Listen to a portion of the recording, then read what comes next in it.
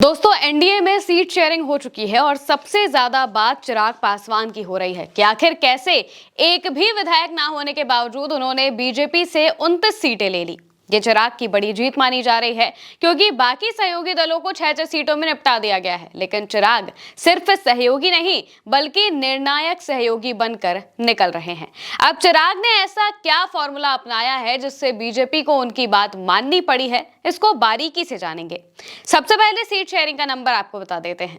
Bharatiya Janata party और Janata Dal United को 101 सीटें, जबकि हिंदुस्तानी आवाम मोर्चा और राष्ट्रीय लोक मोर्चा को 6 सीटें मिली हैं। लेकिन इस पूरे समीकरण में सबसे बड़ी बाजी नेता चिराग पासवान ने मारी है, जिन्हें एनडीए के भीतर 29 सीटें हासिल हुई हैं। उन्होंने न सिर्फ अपने दल के लिए सबसे मजबूत स्थिति बनाई है, बल्कि एक ऐसा तर्क और फॉर्मूला रखा कि बड़े दलों को भी उनकी बात माननी पड़ गई। चूंकि शेयरिंग हो चुकी है, तो अब धीरे धीरे तस्वीरें साफ हो रही है कि आखिर ये आंकड़ा कैसे आया। चिराग पासवान ने एनडीए की सीट बंटवारे की बैठकों में शुरुआत से ही एक साफ फॉर्मूला रखा, 61 का फॉर्मूला, यानी कि हर लोकसभा क्षेत्र में औसतन 6 विधानसभा सीटें होती हैं, तो उसी के आधार पर विधानसभा सीटों का बंटवारा होना चाहिए। उन्होंने तर्क दिया कि बीजेपी और जेडीयू के पास 12-12 लोकसभा सीटें हैं, ऐसे में दोनों को 72-72 सीटें मिलनी चाहिए, ना कि 100 से ज्यादा।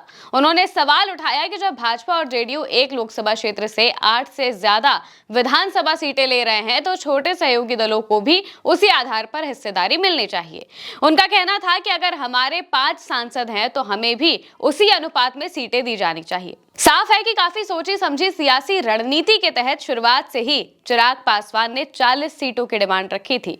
उन्होंने तर्क दिया कि अगर एक लोकसभा क्षेत्र में 8 सीटें भी माने तो 5 लोकसभा क्षेत्रों के हिसाब से 40 विधानसभा सीटें बनती हैं और इतनी हमें चाहिए। लेकिन बातचीत के क्रम में वो इस संख्या पर 29 पर सहमत हो जाते हैं। जानकारी के मुताबिक उन्होंने अपनी पसंद की सीटों की एक लिस्ट भी शीर्ष नेतृत्व को दी थी। इनमें से कई सीटें ऐसी थी जो रणनीतिक रूप से बहुत जरूरी मानी जाती है और जहां उनकी पार्टी के नेताओं का मजबूत जनाधार भी है।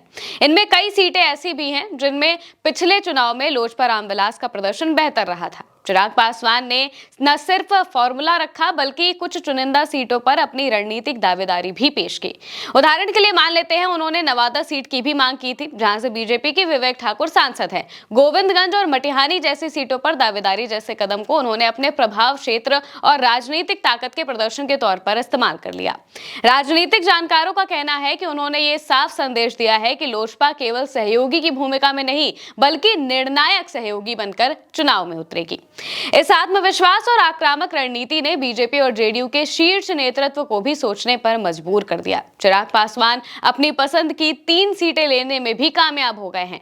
ऐसा माना जा रहा है कि इन सीटों पर सबसे ज्यादा माथापच्ची हुई थी। सीट बंटवारे में हिसुआ, गोविंदगंज और ब्रह्मपुर सीटें भी चिराग पासवान के खाते में गई है और इनकी मांग उन्हें बहुत पहले से ही थी। ऐसी बातें भी सामने आ रही है कि हालांकि अभी केवल सीटों की संख्या का ही ऐलान हुआ है, कौन सी सीट किस पार्टी को जाएगी इसे लेकर अभी तक पूरी चर्चा सामने नहीं आई है। पिछले चुनाव के आंकड़े पर अगर नजर डालें तो 2020 के विधानसभा चुनाव में लोजपा ने 135 उम्मीदवार उतारे थे, जिनमें से 134 हार गए थे।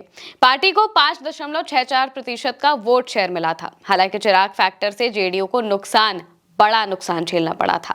मटिहानी सीट से लोजपा के टिकट पर जीते राजकुमार सिंह बाद में जेडीयू में शामिल हो गए थे। चिराग पासवान की पार्टी का बिहार विधानसभा में एक भी विधायक नहीं है। ऐसे में एनडीए नेताओं ने 29 सीटें देकर उन पर जबरदस्त विश्वास जताया है। एक और फैक्टर यह भी है कि बीजेपी नीतीश को किनारे लगाना चाहती है और आगे बिहार की राजनीति चिराग के साथ करना चाहती है। तो इसे कई लोग बीजेपी की 101 और चिराग की 29 सीटों की जगह बीजेपी की 130 सीटों की तरह भी देख रहे हैं। वहीं जो जेडीयू बड़े भाई की भूमिका में रहना चाहती थी, वो अब जुड़वा भाई की भूमिका में आ गई है। इसे चिराग की बड़ी जीत गिना जा रहा है। अब देखना होगा कि किसको कौन सी सीटें मिलती है, क्योंकि जेडीयू की भी कई सीटों पर चिराग दावेदारी मांग रहे थे। क्या उनकी ये बात भी बीजेपी मान जाएगी, ये बड़ा सवाल है। फिलहाल के लिए मेरे साथ इस खबर में इतना ही। आप देखते रहिए उल्टा चश्मा यूसी।